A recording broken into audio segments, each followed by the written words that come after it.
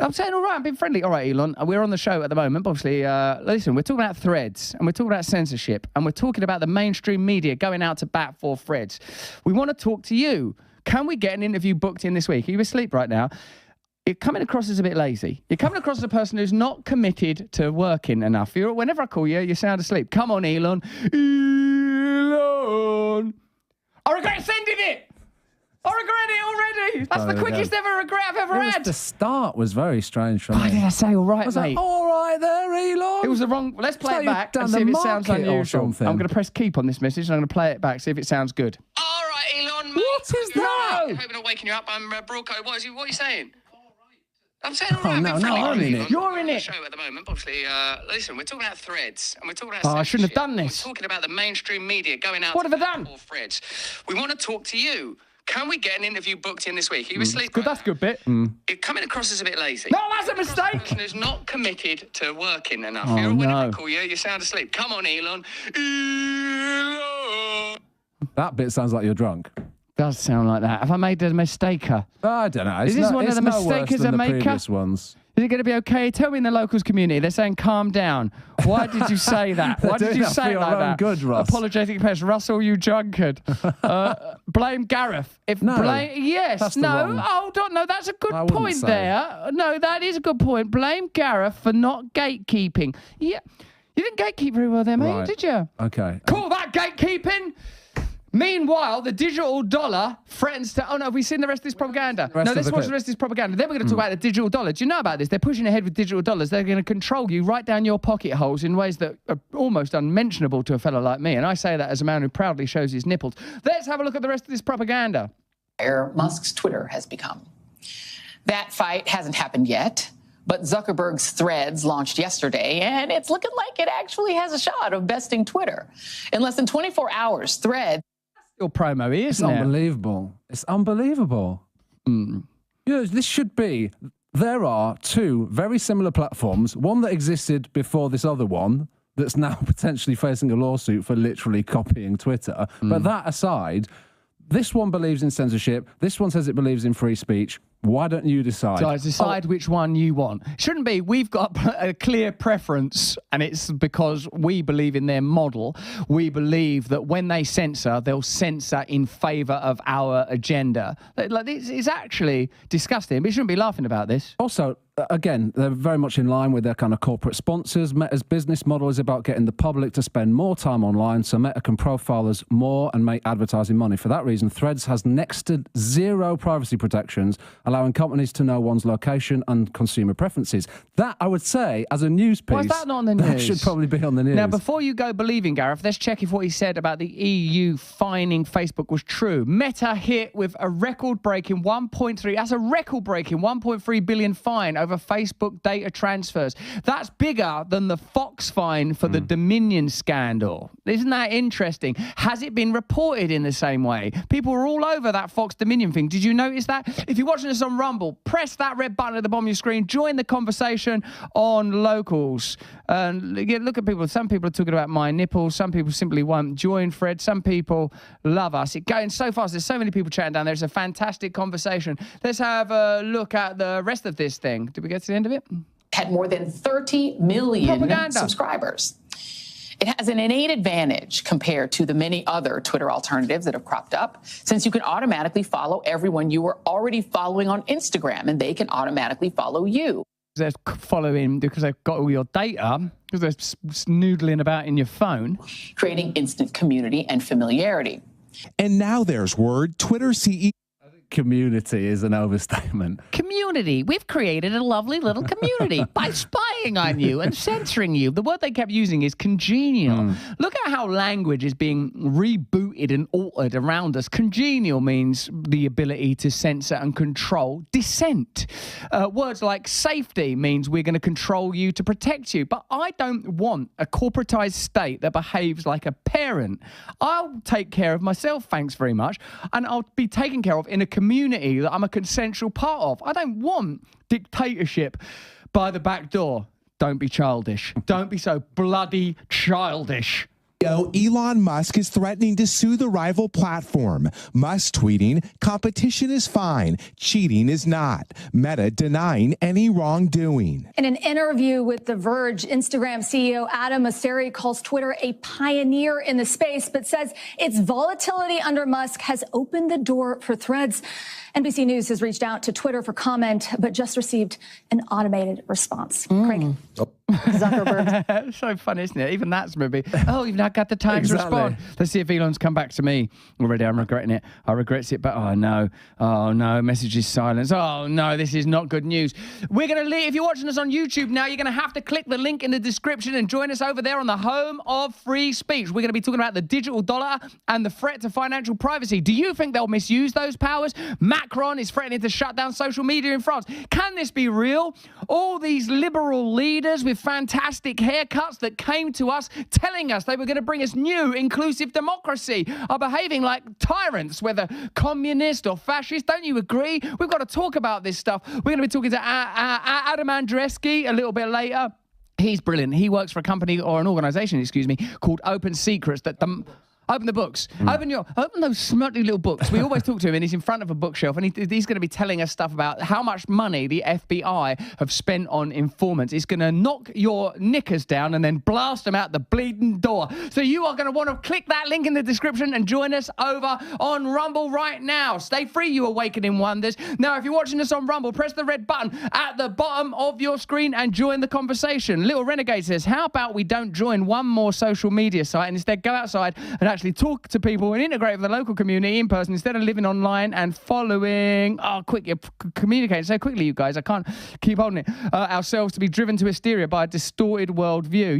Wow. Good point, Little Renegade. We've got to spend time out in nature. We want you here awakened. We want you participating with us in the content that we make for you every single day, but it don't mean as much to me as your mental health and as your freedom. We want you to get outside, live among nature, talk to one another, embrace one another, and just trust us as your news source and as a new, emergent, independent media movement that is going to change the world with you, for you, alongside you, unless the establishment gets its way. Look at that saucy Fed.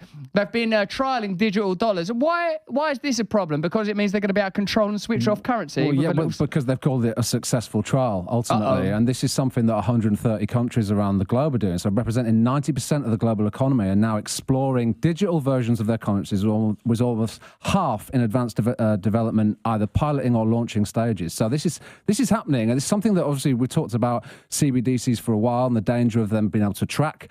In the UK, a digital version of the British pound may feature a way to verify the holder's age and citizenship status.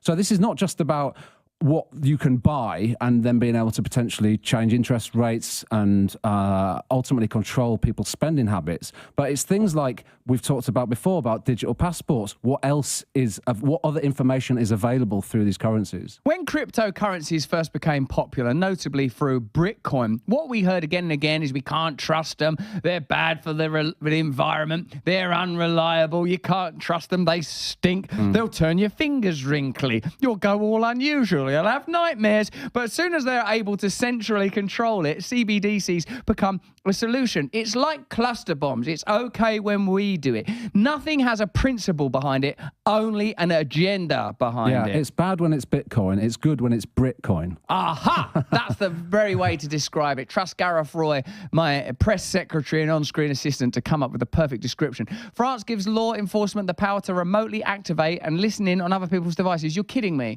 To remotely activate like a phone like this one. Yeah, well, there's that. But no. That is one of the things that's happening. But also he's threatened to regulate or cut off social media during these riots that he's saying is about curbing violence. But as we know that, and what's amazing as to what we've talked about recently in terms of these EU laws, this Digital Services Act.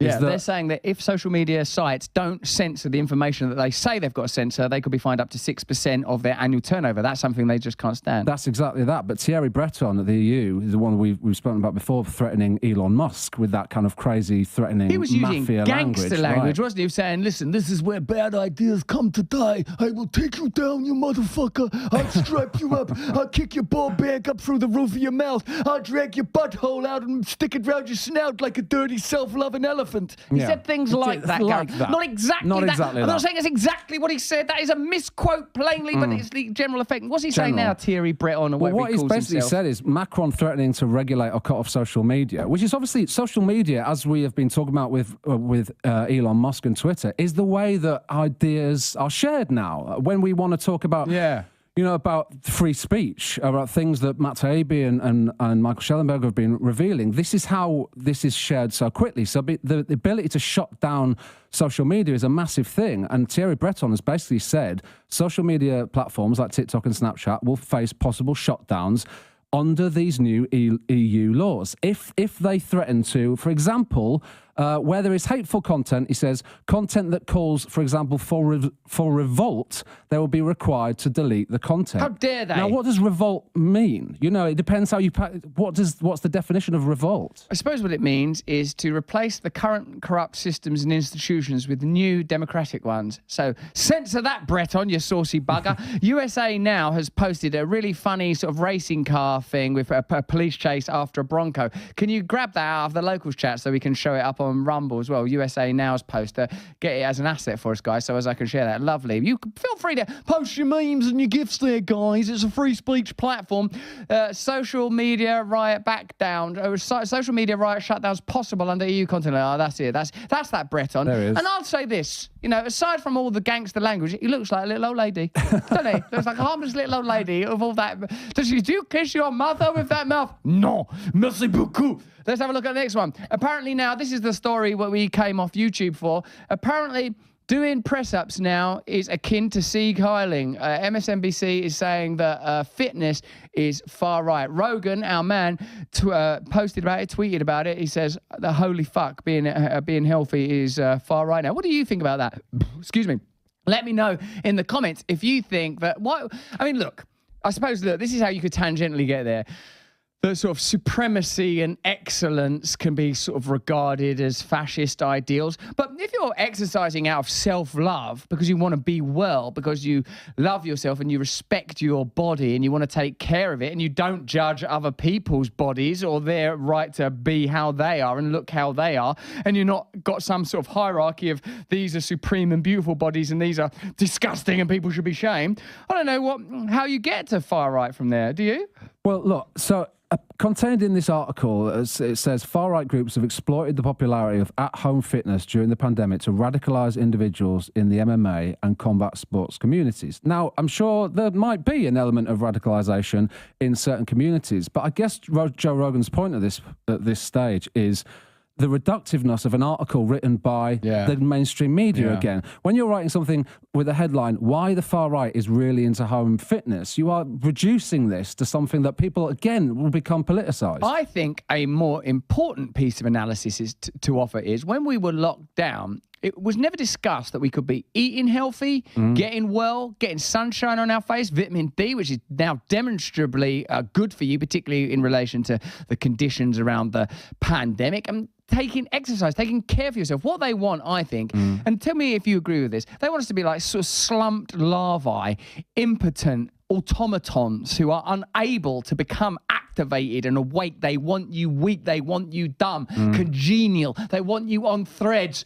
just trading dumb memes, objectifying yourself and others. No awareness of the sacredness within yourself. No awareness of the sacredness within the world. No awareness that your imagination, your individual consciousness is a powerful tool that can be used to change the world. That you should love and respect yourself. That there's not judgment on what you look like, how you identify, how you express yourself, but the fact that you regard yourself highly. I'm a person that's had body issues in the past. I've been bulimic, I've been a drug addict, I've self-harmed, and now I exercise, I feel better, and I recognize that it's an important part of psychological wellness to embody healthiness, to become fit. I've never felt better than since I've started doing yoga and Brazilian jiu-jitsu and eating well, and I recognize I'm fortunate to be able to spend the time doing that because I know many of you have social and economic conditions that prevent you from being able to look after yourself as well as you might. But to suggest that it's somehow malfeasant to want to be well, that in itself is the problem. Yeah, and I think you're absolutely right. I think it did start in the pandemic. I think the issue that they're conflating here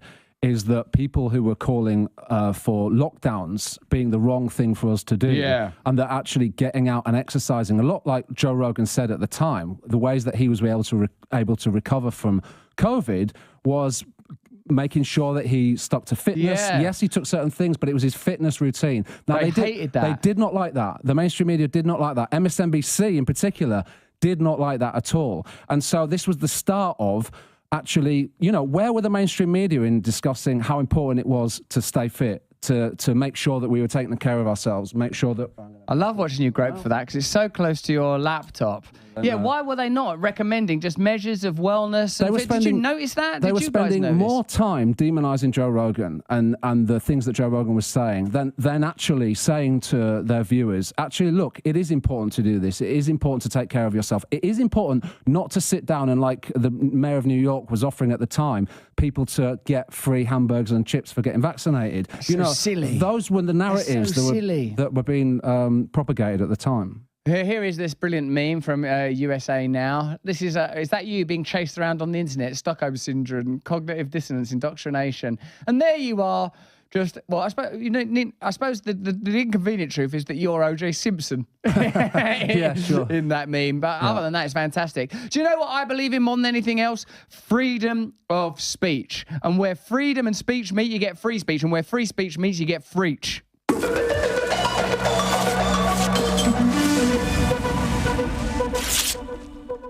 Let's use our free speech to love on one another. Let's use our free speech to make one another feel better and more connected. Let's use our free speech to criticize me, Ash Ella says, as a result, because I burp sometimes a lot on this show, don't I? Sometimes. Is it frequent? It's a lot. I've only done one today, haven't I? I think so, actually. But today was a good day, in the words of the great Ice Cube. Ash Ella, how come shamans are taking the blame for Russell's frequent belching? I demand justice for shamans. We will get justice for shamans. I think it's because I've seen somewhere something where I think I've been worked on once by a shaman who like... What do you mean worked on? I went out with the shaman. The shaman done a bit like he was doing a bit of this. He was called Kestrel. A massage? I don't want to call it a massage, girl. You're just trying to diminish my shaman and me. Me and my shaman. What me and my shaman do is our own private business. Sure. Me and my shaman, what we do in his parlour, in his wiped-down parlour, he's called Kestrel. That's his name, Kestrel the shaman. He's a bloody good shaman down in Glastonbury way. Not only is he my shaman, but by God did he conduct Nick Cage's, excuse me, I get mixed up with the Nicks, Nick Drake, Nick Cage. This one's Nick Cage, actor Nick Cage. He done his wedding. He done his son's wedding. When Nick Cage's son got wedded to someone, Kestrel's your man. Kestrel and Jay, they're the shaman that you can trust. Anyway, he was doing a bit of shamaning up and down me. Oh, God, I'd never felt better. Anyway. Which bit in particular? He says this area needed work. He said, this is where all the bad energies are. Yeah. And then, he shamaned me right up the bracket, and he goes, he done some belches. He goes, oh, sorry, that's the spirits. That's a new one. Oh, there's a spirit. Oh, there they go. All those spirits. Oh, they're a mucky bunch, them spirits. Oh, there you go. There's another one. There's a dirty bastard. Oh, stop mucking about. Oh, he was fighting out spirits left and right, wow. He was. Sorry to diminish the sacred art of the shaman, the original religion, where people connected to themselves, nature, and their tribe by recognizing the sacredness between us all. And sometimes there has to be a bit of profanity, baby, to explode new psychic territory. And that's where you need the trickster to come in. And that's why sometimes you need a sweet man in a bow tie that I'm about to introduce. You better be wearing a bow tie. I'm going to... At Synchronicity says about free speech, the media is totally and completely over the top ridiculous. I don't know how any of them look in the mirror each day with the amount of lies they spew. I don't think they care. I don't think they're aware of it, mate. Rocker Mum, this is insane. The judge said it was against the Constitution to suppress free speech. They're against the Constitution. There's no doubt about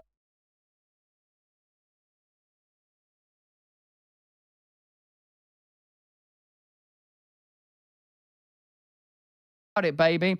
ACE 07, it's essential and remain uncensored. Once you start accepting limits on speech, you lose. And who picks the decision makers? Who does do that? Who does? Who do we trust now? Who has the moral authority to censor you? Who has the moral authority to govern you? I've been learning a lot about the history of our sweet little monarchy, and all history is a bunch of establishment elites corralling populations into a kind of an order and exploiting them and then pretending they're doing it for their own good. It's been going on for ages and ages.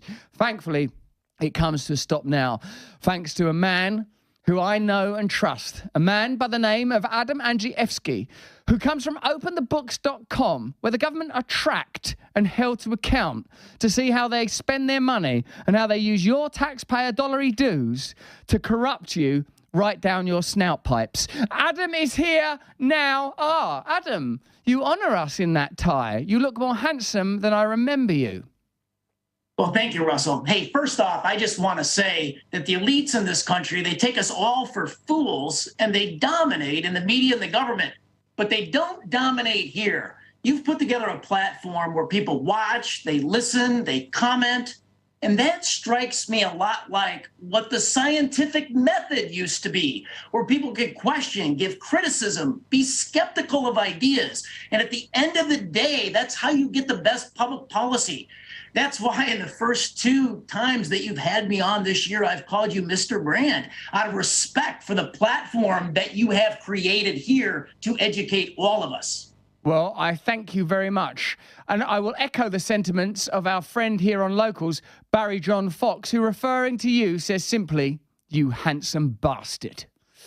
Now, Adam, some of your research shows that the federal complex is becoming increasingly militarized. Is it true? Because I can't believe that it is. This better not be fake news. Better not be misinformation. How can the IRS, who are an organization who have the simple job of innocently collecting taxes for the betterment of American civilians and citizens, be spending money on guns? Tell me you're making that up. Tell me it ain't true, Adam. We're the subject matter expert on this, Russell, all the way back to 2016. With our then honorary chairman, Dr. Tom Coburn, and I, we published an editorial at the Wall Street Journal, Why Does the IRS Need Guns? We've recently updated our numbers, and here are the findings. Since 2006, the Internal Revenue Service has purchased $35 million worth of guns, ammunition, and military-style equipment. But $10 million of those purchases have come since the pandemic started. So ahead of the pandemic, here's the numbers on the IRS gun locker. They own 4,500 weapons, including 600 shotguns and 500 long barrel rifles, which are AR-15 style weaponry. They own 15 submachine guns. Who knew the IRS had submachine guns in their basement? They had stockpiled 5 million rounds of ammunition, but just in the past 2.5 years, they've purchased $10 million worth of additional weaponry and gear, including $1 million worth of AR-15 style long barrel rifles, $500,000 worth of shotguns, and $3.8 million worth of other gear. This is astonishing. It's extraordinary. If it weren't coming from a source as reliable as you, Adam, I would say it had to be disinformation. Because how can the government that continually advocate for tighter controls with some reasonable arguments on the weaponry and armory of the American public be spending so much money on arming themselves, almost as if they want themselves heavily armed and they want you with nothing in your hands that can do any damage at all? That's astonishing. Well, let's look at the entire federal complex, even beyond the IRS. So since 2006, we've quantified at openthebooks.com that the 103 federal agencies have purchased $3.7 billion worth of guns, ammunition, and military-style equipment. Now, 27 of those agencies are traditional federal law enforcement agencies. They're housed at the Department of Justice and the Department of Homeland Security. But there are 76 rank and file traditional paper pushing agencies like Health and Human Services or the Environmental Protection Agency, like the IRS, like the Department of Education, for crying out loud, like the Social Security Administration. Those 27 agencies have loaded up on weaponry as well. In total, Russell, there are now 200,000 federal officers with arrest and firearm authority, and that number exceeds the number of United States Marines at 180,000. That's astonishing. Over here on our chat, they're saying they're making death and taxes one department. That's a fantastic quote from our chat. The two inevitabilities have ultimately aligned. Excuse me, Adam, is it also true that the FBI is spending a staggering amount on paying informants? Is that true? So here are the latest numbers. And in 2021, I put these numbers up in my then column at Forbes. The FBI, the DEA, the Drug Enforcement Agency, and the ATF, alcohol, tobacco, and firearms, during 6-year and 5-year periods, they spent $550 million on paid informants. If you break that number down, the FBI spent about $300 million between 2012 and 2018 paying informants. They did not disclose the number of their paid informants. The DEA spent about $200 million. They did disclose their informants. 18,000 people were paid to be an informant between the years of 2011 and 2015. The ATF paid about 2,000 people to be informants, and they spent about $20 million. What does this suggest to you about the nature of government and the way that it is funded? What does it suggest to you about the nature of government and their relationship with media? What kind of, given the depth and breadth and detail of your experience, Adam, what type of government would you like to see in America? What level of federalization, localization, democracy do you think is required to stop what appears to be inherent governmental corruption that is not a bug, but a feature of a deeply corrupted system? So here's what we can all agree on, Russell. I don't care if you're left, right, or center. People on the left, they want their tax dollar to serve people who have real needs. The people on the right, they want to be left alone. They want to limit government to the core services. But here's what we can all agree on, that every dime that government taxes and spends within reason should be online in real time. Now, at openthebooks.com, we actually have a phrase for this. Every dime online in real time. And I want to invite everybody watching the program here today to our website at openthebooks.com. Last year, we filed 55,000 Freedom of Information Act requests, and we captured nearly, not all, but nearly every dime taxed and spent at every level of government across the entire country. So if you're concerned about the policies in your local school district, you can come to our website, you can search even the payrolls and oftentimes the vendor checkbooks right in your local municipality, county, or school district, all the way to Washington, D.C. What a fantastic facility you're offering, which is indeed transcendent of bipartisan politics, because regardless of the affiliations you have with a particular flavor of democracy, and God knows I believe that those flavors have become banal and centralized to the point of near redundancy, we all want clarity and transparency in our government. So close to Independence Day, it's surely worth noting that your great nation declared itself independent from another better nation, probably a bit better one, better flags, better uniforms and stuff, and perhaps your revolution was somehow masterminded by British generals behind the scenes, that independence was wrought from and brought about precisely because of taxation without representation. And yet, from what you're telling us, Adam, that's exactly what's happening to this day, in spite of the revolution. Well, we fight, we dig, we keep digging, we keep clawing to make sure that every dime goes online in real time. Russell, just recently we issued a report on the earmark spending of members of Congress in the last 6 months ago in the year-end budget bill. And it was $16 billion that went out the door on 7,500 port projects.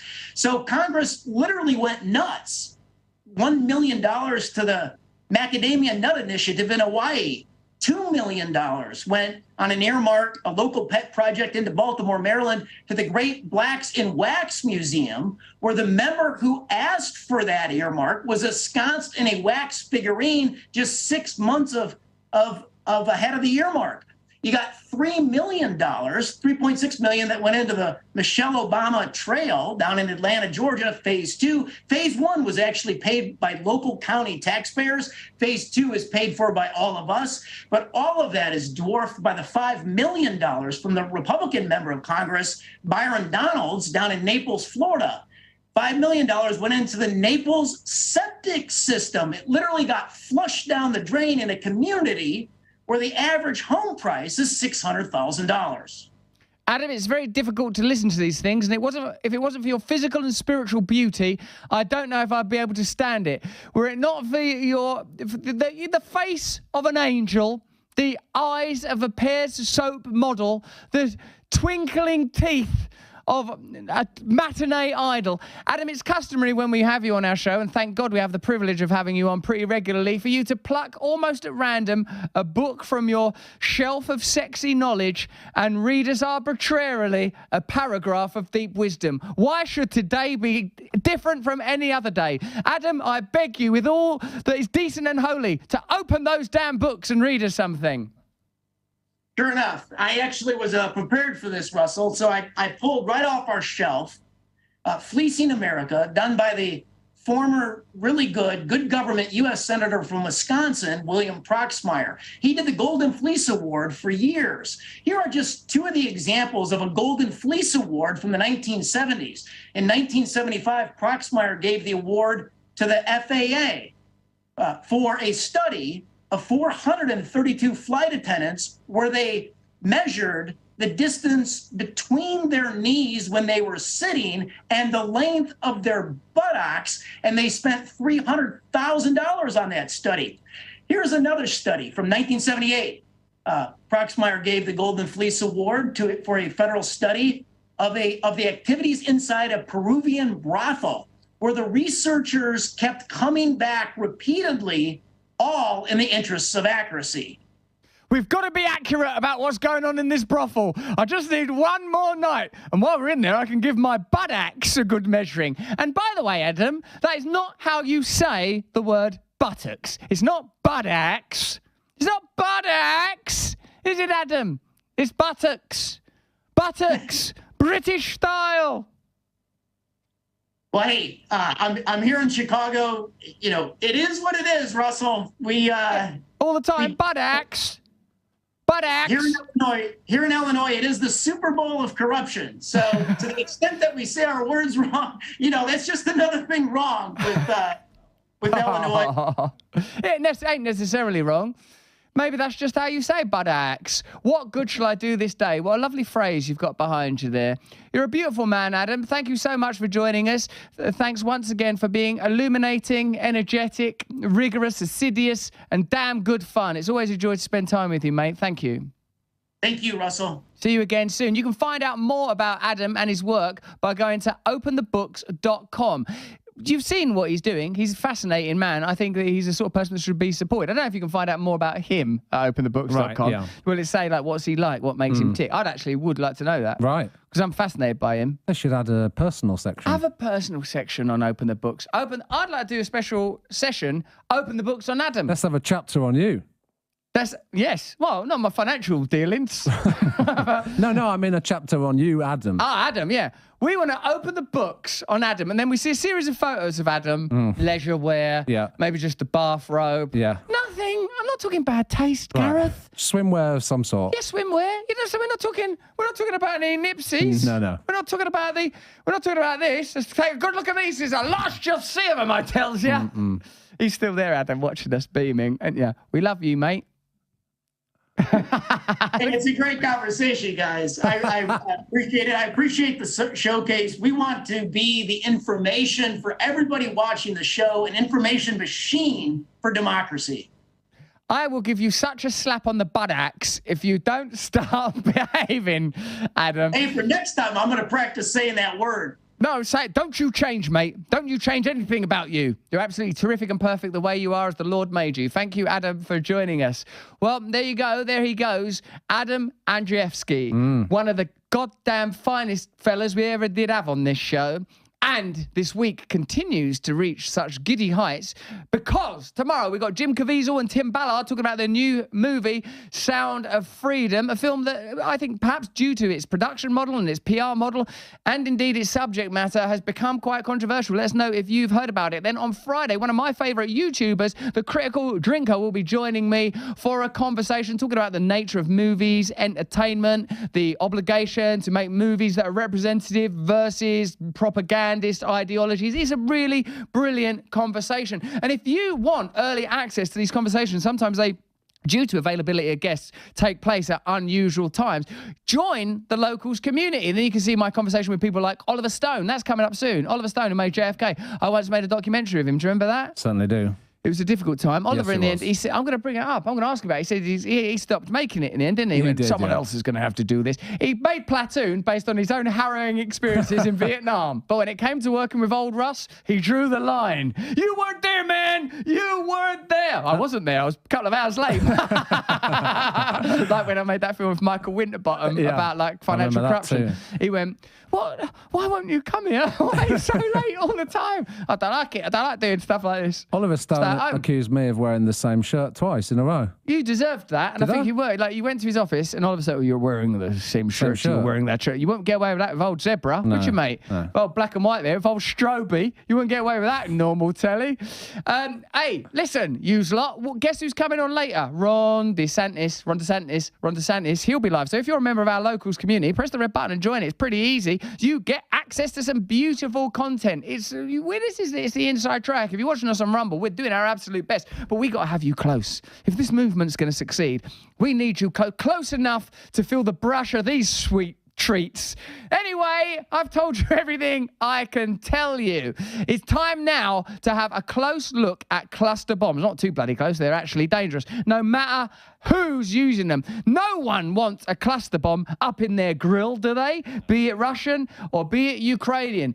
Either cluster bombs are bad or they ain't. So why are the mainstream media propagating for the use of cluster bombs in this ever-escalating conflict? And where will it lead if we don't stand up now? If we don't speak openly? If we don't demand peace of our crazy elite leaders? What will become of us? Here's the news. No, here's the effing news.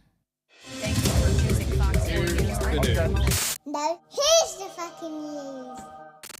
Last year, the White House said if Russia used cluster bombs, that would be a war crime. This year, they're saying they're going to use cluster bombs, and if you don't let them, that would be a war crime. What is a war crime? Somehow we must not fall into the amnesia. Somehow we must remember that a year ago the White House said, oh, cluster bombs, Russia are using them, that makes them criminals. And this year they're sending cluster bombs to that war that they're not involved in other than helping people because they love humanitarianism so very much. So how can that make sense? This is good, because it will help you to learn stuff. Certainly helped me to learn stuff. Either cluster bombs are bad or they are not bad. You can't determine the value of a cluster bomb based on who's being blown up by it. Cluster bombs, are they good or bad? Well, who's being blown up? Someone I don't like. I like cluster bombs. Who's been blown up? Someone I agree with. Oh, cluster bombs. Oh, that's not fair. Boo. Boo, cluster bombs. Oh, they've just killed somebody. Hooray! I like cluster bombs. Here's some propaganda from the state. Tonight, the United States commits to supplying Ukraine with perhaps the most controversial weapon of this war so far. And it was a very difficult decision on my part. Oh, thank God. Everyone go back to sleep. It's okay. I know cluster bombs are bad and that civilians might be harmed, but when they're being blown up, I just want you to bear in mind that it was a difficult decision for Joe Biden. And that'll be of some comfort to you as you watch your legs and limbs being scattered around some unnecessary battlefield so that faraway people can become rich. Weapons are capable of causing massive damage. They carry smaller bombs with the ability to spread out over a large area. Amazing that in 2023, that's going to get used. That we're not capable of saying, listen, we've got these cluster bombs, we're going to blow up all like Russian people with mums and dads and families and stuff. Before we do that, though, should we have a chat about maybe how to end this conflict? They also put civilians at risk. The decision comes as Ukraine reports its counteroffensive is gaining ground against Russian forces. Is it? Cluster munitions, banned in more than 120 countries, scatter mid-flight and then rain down small bombs across a wide area. Progress. Progress. They can cause massive indiscriminate damage. But do they discriminate, though? Oh, no. It's indiscriminate. Progress. And bomblets that don't explode on the ground pose a significant risk to civilians, especially children. Especially the children. Ah, it's for the children. Oh, there goes one now. Oh, bits of one. The Pentagon says Ukraine is running low on artillery shells and needs the munitions to help the counter-offensive. We recognize that cluster munitions create a risk of civilian harm. But we don't care. Because like a year ago, you said it was wrong when Russia were doing it. So what can you say now? What can you possibly say? Let's see. But there is also a massive risk of civilian harm if Russian troops and tanks roll over Ukrainian positions and take more Ukrainian territory and subjugate more Ukrainian civilians because Ukraine does not have enough artillery. This is how government works. What do you need to say in order to do what you want to do? Everyone sort of knows that technique in your own life, but it doesn't usually result in the death of children. This one does. What do we need to say in order to do what we want to do? That not doing it would be worse? Yeah. No matter how bad something is, if not doing it would be worse, then we have to do it, right? The only thing that would derail that is if you didn't trust those people. Then you'd be in trouble. But I suppose if they were able to censor information and stop you disagreeing with them publicly, then even you not trusting them would become irrelevant. The US has previously condemned cluster munitions use by Russia. It's okay when we do it. Here, just 6 days into the war. We've seen videos of Russian forces moving exceptionally lethal weaponry into Ukraine. Do those masks help against cluster bombs? That includes cluster munitions. Boo, Russian cluster bombs. Bad, bad Russian cluster bombs. Niet. But desperate times may have called for desperate measures. It's different when we do it. Thank you. Some Democrats have said that giving cluster munitions to Ukraine undermines America's reputation as a human rights defender around the world. Oh, you're just so confused. This is why you need your information censored, because you're stupid. Some cluster bombs, they are defending human rights, whereas other cluster bombs, they're bad cluster bombs. Some cluster bombs go heaven, so then other cluster bombs, they go to hell, see? That's the bad ones. Don't you understand yet? That's why you need a centralised authority to control information that you get, because you're too stupid to work all this out. Don't worry, the mainstream's got your back. What's the White House response? I mean, we don't believe that it undermines our There she is, Karine Jean-Pierre. Oh, God, another day at work. I was an idealist. Now I'm going to have to say that cluster bombs are good. Cluster bombs are good. What about if they kill children? Still good, because them children would have died anyway? But by a Russian cluster bomb. Oh, progress. Freedom! Our reputation of being human rights offenders, this is something that we say all the time, right? When it comes to human rights, when it comes to having those conversations with either our partners or other heads of state, the president is never shies away. He does shy away. You never see him, do you? And when he does, he can't speak properly. From having those conversations. Look. Amazing. Amazing. Baffling. Astonishing. Hypocrisy of almost inconceivable proportions. Let's see if we can somehow try and understand this without reaching the conclusion that we're being governed by a corporatist, globalist state that lies to us and does whatever it needs to do in order to meet its incentives, and its incentives are always about its own advancement, never about yours, but they have to mask that. Let's see if we can reach another conclusion using information. On Friday, the Biden administration said it would send cluster munitions, weapons that scatter unexploded bomblets, across a wide area, killing and maiming civilians for decades, to Ukraine. That's progress. Facing the failure of Kiev's military offensive, the United States is desperately seeking to use the provision of ever more destructive and indiscriminate weapons to reverse its setbacks on the battlefield. Things ain't going well. What can we do? How about indiscriminate and destructive weapons? Yes, that does seem like a way to peace and humanitarianism. Destructive, indiscriminate weapons. Critically, the announcement precedes next week's NATO summit in Vilnius, at which the United States and NATO are planning to massively expand their involvement in the war. So whatever you're thinking about the war, like should there be a diplomatic solution? Could we force Zelensky and Putin to the table by withdrawing Western support for this war and preventing military-industrial complex profits from skyrocketing even further? All of those ideas, don't worry about them. Forget those. What's happening at NATO is massive expansion. Do you remember when you voted for it? You remember when they asked you, because you're funding it with your money, remember when they went, we're going to expand this war, is that what you want? And you went, yeah, definitely, cluster bombs. Yes, please, where do I sign? I don't mind a few hours of my working day going towards cluster bombs to blow up children. That's my patriotic duty. Driven into a corner by its miscalculations, the Biden administration is compelled to take even more drastic measures. Yeah, the miscalculation is it's easy to have a proxy war with Russia, an armed nuclear superpower, which people like Jeffrey Sachs have been telling us from the get-go. The aim of the decision to use cluster bombs, regardless of its long-term impact on civilians, should we regard its long-term impact on civilians? No, don't regard that. That's there. Look there. Oh yeah, it's better now. Ow! Ow! My leg! legs! Ow! Ow! Don't regard that now. Okay. Is to kill as many Russian soldiers as possible. The reasoning that led in the past to the use of Agent Orange and napalm. How is it different? And which will be used to sanction the use of tactical nuclear weapons is presently at work. The US, on the eve of Vilnius, is clearly sending a message to Russian President Vladimir Putin. NATO will stop at nothing. And Putin will stop at nothing. So that's good, isn't it? Definitely don't consider a diplomatic solution where two opposed superpowers with nuclear armory have both stated publicly that they will stop at nothing. There's only one thing that can solve this: cluster bombs. In a briefing Friday announcing the move, US National Security Advisor Jake Sullivan justified the decision to send cluster munitions to Ukraine as a means of staving off military disaster. Oh yeah, cool. There is also a massive risk of civilian harm if Russian troops and tanks roll over Ukrainian positions and take more Ukrainian territory and subjugate more Ukrainian civilians because Ukraine does not have enough artillery, he said. Sullivan made this statement a little over 1 month after Ukraine launched its spring offensive, which the American press has touted as an endgame for Ukraine, leading, in the words of retired General David Petraeus, to significant breakthroughs. Instead, the offensive has produced a bloody debacle. You know that significant breakthrough? Yeah. How significant was it? Pretty significant, actually. It's been a bloody debacle. Progress?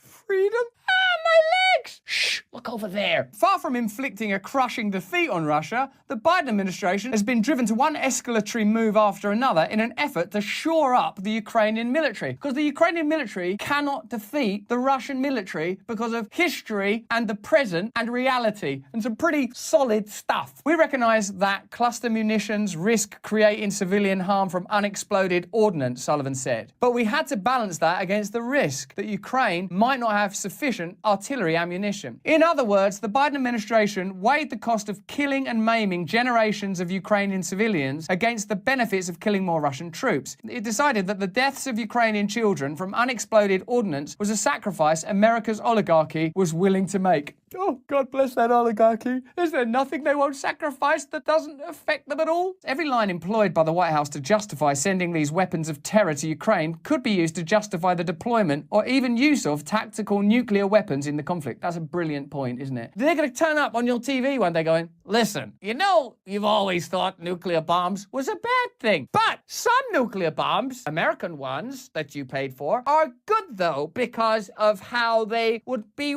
not as bad as a Russian one. So we're gonna kill everyone else. And you're paying. Yes, the White House would argue nuclear fallout poses a risk to civilians, but this risk must be balanced against the risk of Russian military advances. Okay, then. The stationing of US tactical nuclear weapons in Ukraine has already been directly raised by an American think tank. Oh my God, they're discussing it. They're discussing it. Moreover, the deployment and possible use of nuclear weapons in the conflict will no doubt be on the agenda at the upcoming summit in Vilnius. Every official statement by the United States about its involvement in the war is justified on the basis that it is once again saving a country through military violence, this time Ukraine. But in sending cluster bombs and depleted uranium weapons to Ukraine, the United States has made clear that this is nothing but a hollow pretext for pursuing its aim of prevailing over Russia and China in great power competition. It is that, isn't it? It's not anything else, is it? Because all of the things they said were true, like cluster bombs bad, cluster bombs good, that's all falling apart. And all that's left is we'd kind of like our economic interests in this geopolitical war to prevail. The very words used by the United States and its allies to condemn Russia's alleged use of cluster bombs in Ukraine now fully apply to the US decision to send this weapon to Ukraine. How could they not if it was the principle? The principle stays firm, as we always discuss. In February 22, the US envoy to the United Nations, Linda Thomas-Greenfield, accused Russia of using cluster munitions in Ukraine, which are banned under the Geneva Convention, which we will mention when it's convenient, but ignore when it isn't, and have no place on the battlefield. In March 2022, NATO Secretary General Jens Stoltenberg said, "We have seen the use of cluster bombs, which will be in violation of international law," he added. "We also have to make sure the International Criminal Court really looks into this, but not previous wars that we've been involved in. Otherwise, we're going to have to go to prison as well." Literally, George W. Bush, Tony Blair, the war criminals of Iraq will go to jail. So we want the International Criminal Court. Could you look over there? Oh, no, that's not good. That's very bad. And also, what? No, nothing else. That's the end. Goodbye. Thanks for coming. Here's some donations. Bye. In fact, all these denunciations of Russian actions on the part of the US and NATO were merely hypocritical pretexts for escalating US involvement in the war. Oh, now I understand. The decision by the United States to send cluster bombs to Ukraine exposes all of the pseudo-left defenders of US involvement in the war in Ukraine as shameless apologists for the US military's war crimes, doesn't it? There's a simple question. Are you on the side of cluster bombs or not? Is cluster bombs a subject you want to equivocate and prevaricate on? If you just said to someone out of nowhere, tapped them on the shoulder, cluster bombs, are they good? Oh, tell me, God, what is a cluster bomb? Oh, it's like a bunch of bombs that blows up and it's indiscriminate and unexploded bombs remain there in the ground for years and kill children and civilians years later. Oh, God, no, I'm against them. Okay, I just want to say that it's now they're using cluster bombs for something you've been coached into agreeing with through propaganda. Well, then I do like cluster bombs. Sorry about what I just said. I didn't realize that it was part of a partisan conversation. In fact, the US-led war against Russia and Ukraine is a war for American global hegemony, in which Ukrainians are mere cannon fodder. That line is basically all you need to know. This is entirely in line with the series of criminal wars of aggression waged by the United States over the past half-century. Do you require some evidence? Here's some. It's called history. Oh, don't look at that. Look over there at the Russian cluster bomb. Over 110